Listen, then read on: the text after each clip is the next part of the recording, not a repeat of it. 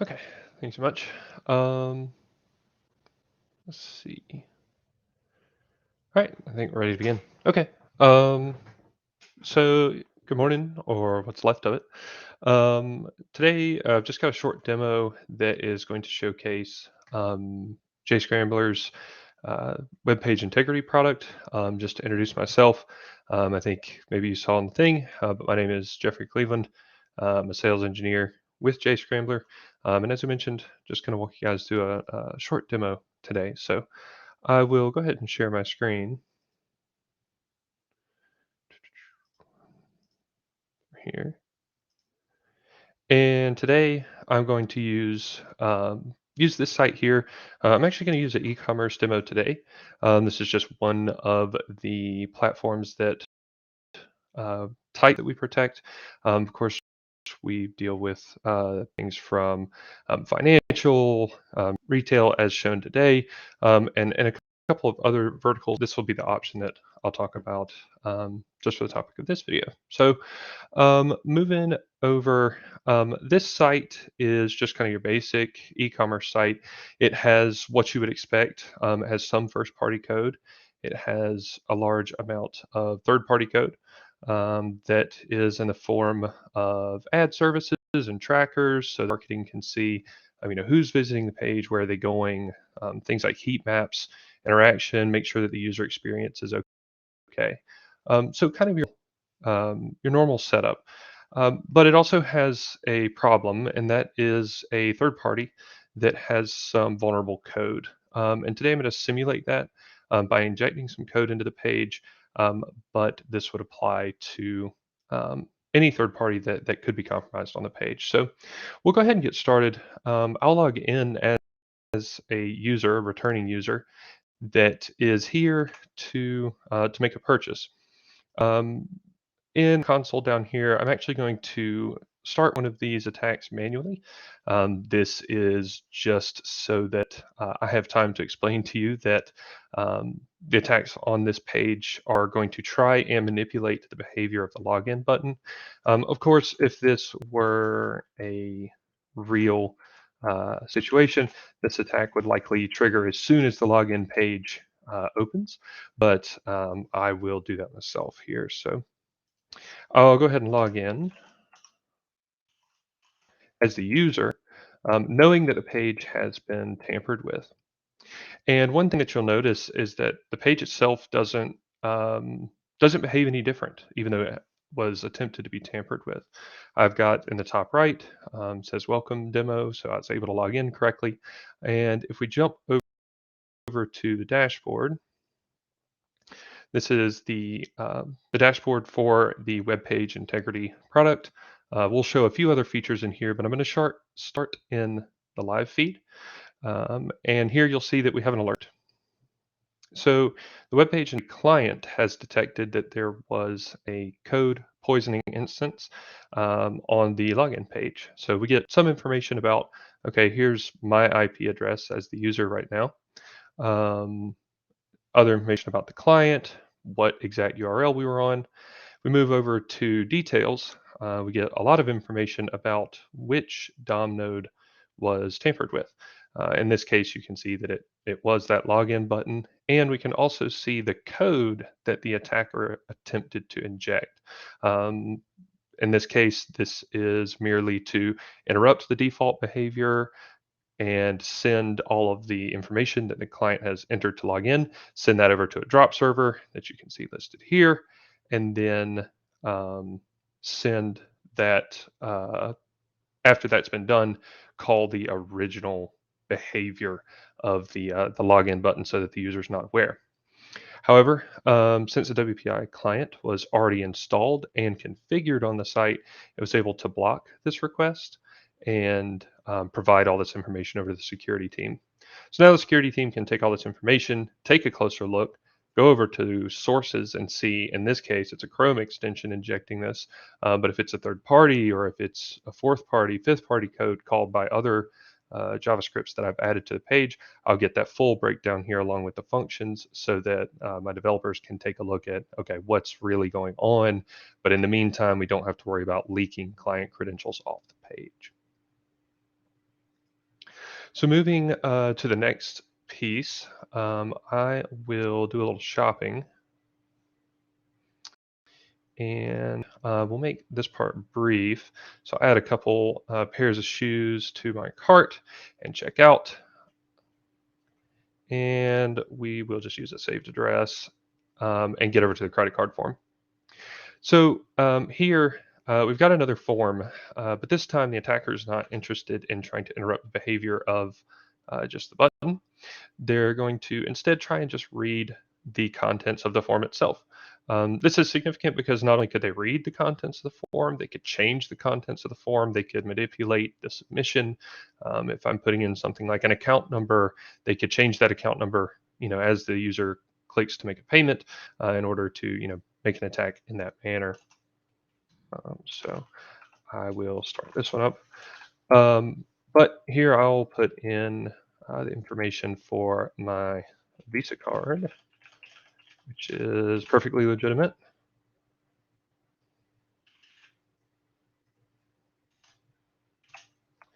And I'll go ahead and make a payment. And again, you'll notice that though there was an attack on this page, the user experience is not interrupted. Order goes through successfully, even though there was an attack on the page. And if we go back to the live feed, we'll get some, excuse me, let's see, I might have beat it over here. We will get some, well, if I do everything right.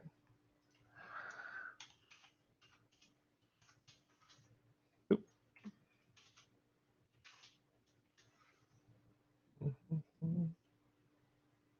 Right, now I'll move forward. Pardon. Mhm.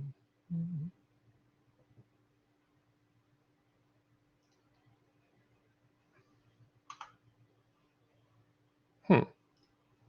Well, excuse me for just 1 second.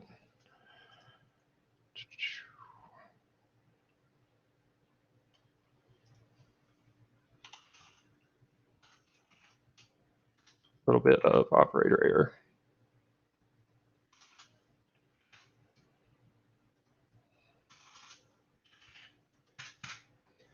Give it one more shot.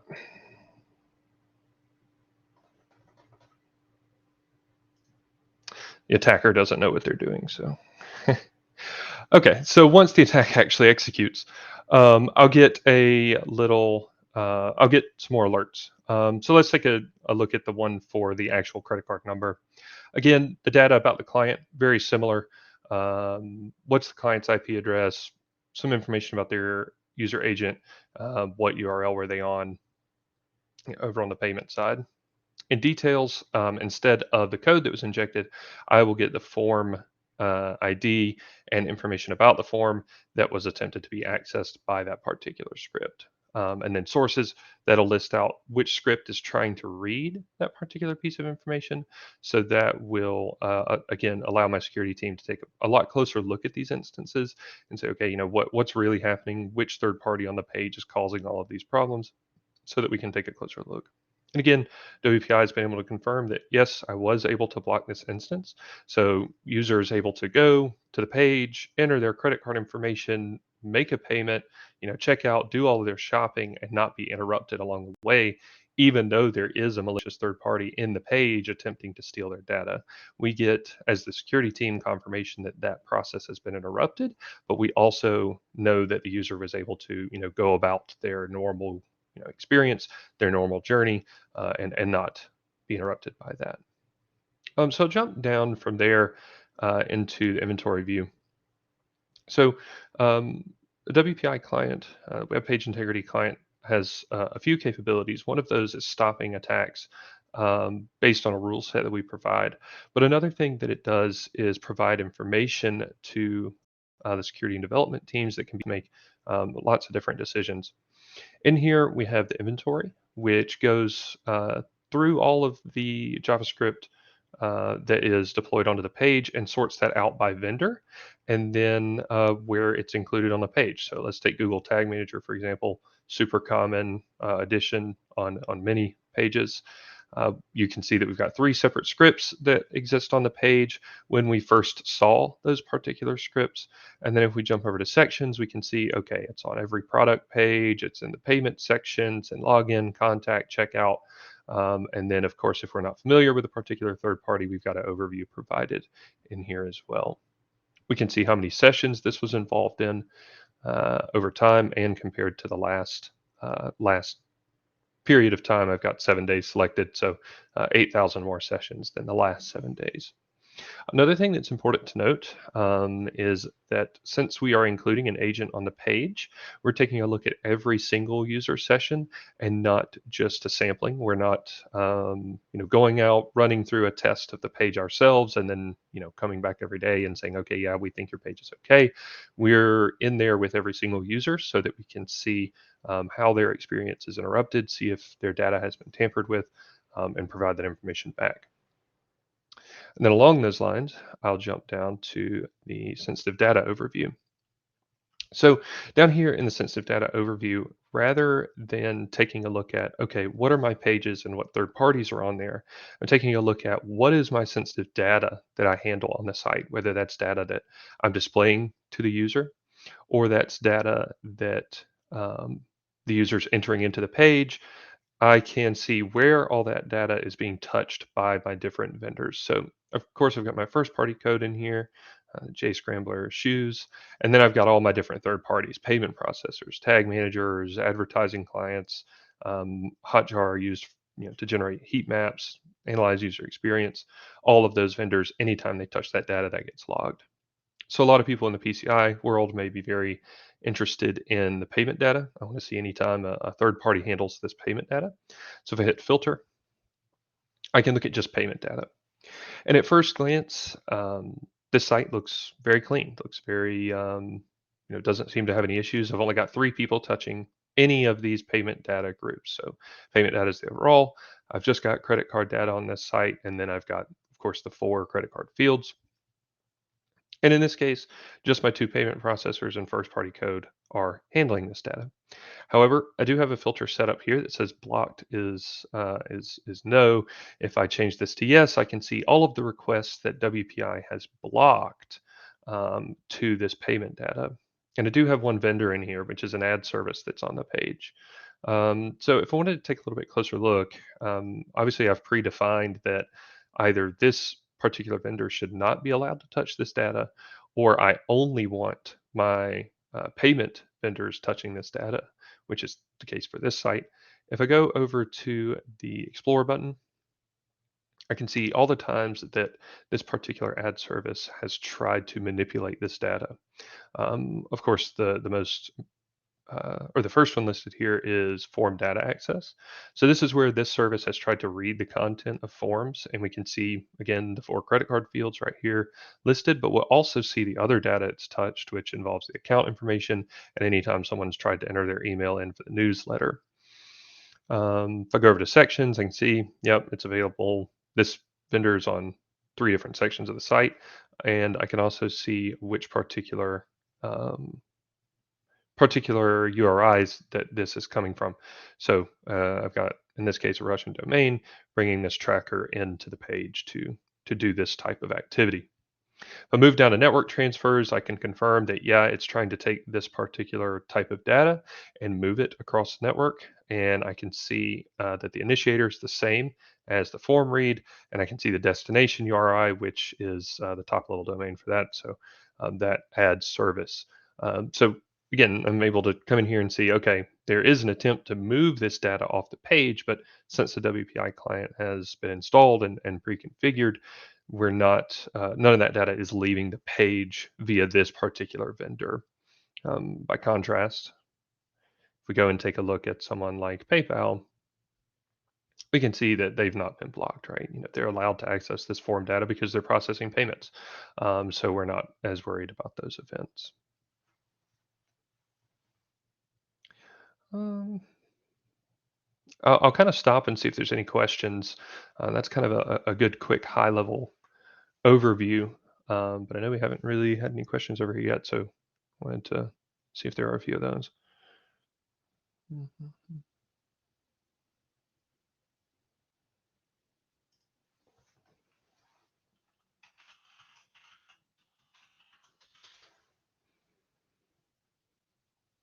I'll move down and show the rules engine, or show how we define those rules while I'm taking a little break here. Inside the rules group, a lot of uh, the way that we go about writing these rules, for the most part, is in a whitelist format. We know that when we go to payments, for example, we only want payments that the payment processors that have been predefined to access that data. In this case, we're only using Stripe, we're only using PayPal, so that's all that we want to allow in that particular group. So if I take a look at this rule, it's been predefined. This one's actually saying I only want first parties to manipulate data on this part of the page. I can define rules very similar to if you used to firewall rules. You can see that okay, um, we have different conditions for um, whether it's a particular set of conditions, particular pages, certain resources, certain vendors, or events. And then I've got my options down here to alert or block or ignore. And then I can define custom labels. A lot of this is useful if you're going to take these types of alerts and to um, send them out to an external SIM tool. You can have these alerts or these labels so that when it makes it over there, those labels will be preserved. If you want to see, okay, anytime someone messes with the checkout page, I want to put all these alerts under checkout, then I can pull just those. Let's see over here.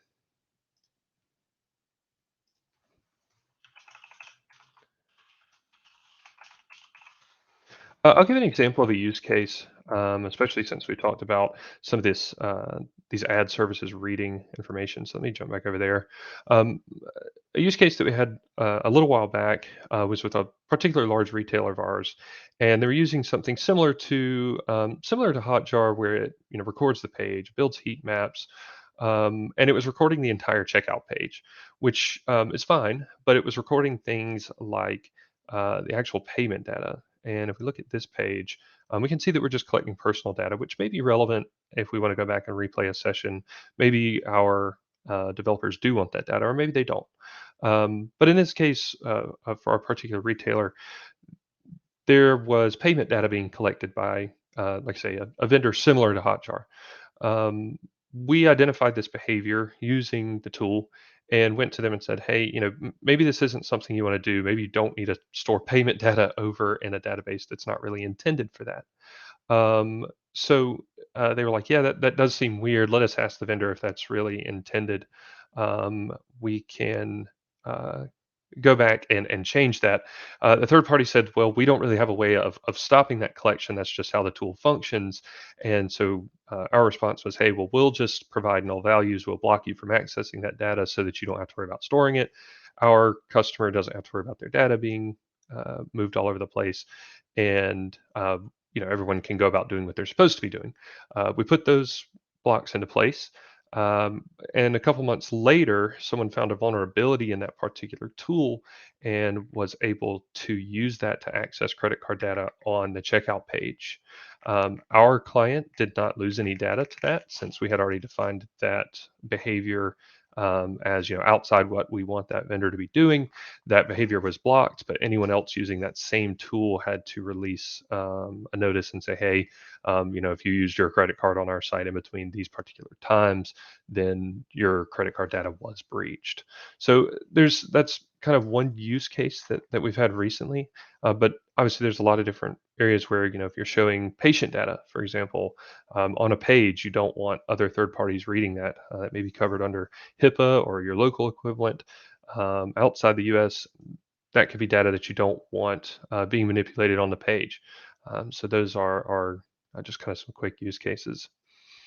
I'll give another couple minutes or a minute or two if there's any questions. But otherwise, that's going to wrap up what I wanted to show today. And of course, feel free to contact us via our LinkedIn page or via the website. We've got some good information over there about another one of our products as well. Um, One way or the other, I'll give another minute, and we'll go from there.